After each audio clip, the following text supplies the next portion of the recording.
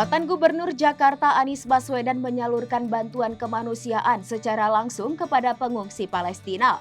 Penyaluran bantuan tersebut dilakukan di Yordania bersama relawan dan musisi ternama Chiki Fauzi.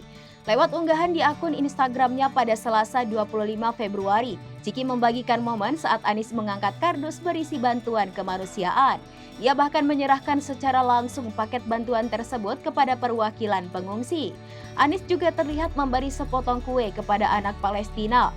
Mengutip Tribunnews.com pada Selasa 26 Februari 2025, Anies tiba di Yordania sebagai bagian dari misi kemanusiaan yang berkolaborasi dengan Tim Peduli. Tim Peduli adalah organisasi relawan yang fokus pada bantuan pengungsi Palestina dan Suriah. Dari Yordania, Anies bersama relawan lainnya menyalurkan bantuan ke warga Palestina yang terdampak konflik.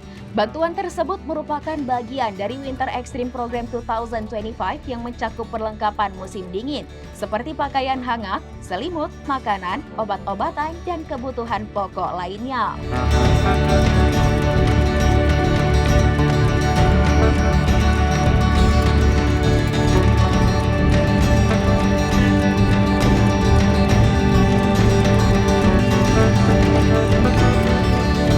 Demikian informasi terkini Cedaralon. Saksikan terus informasi lainnya. Jangan lupa like dan share seluruh akun serambinews.com.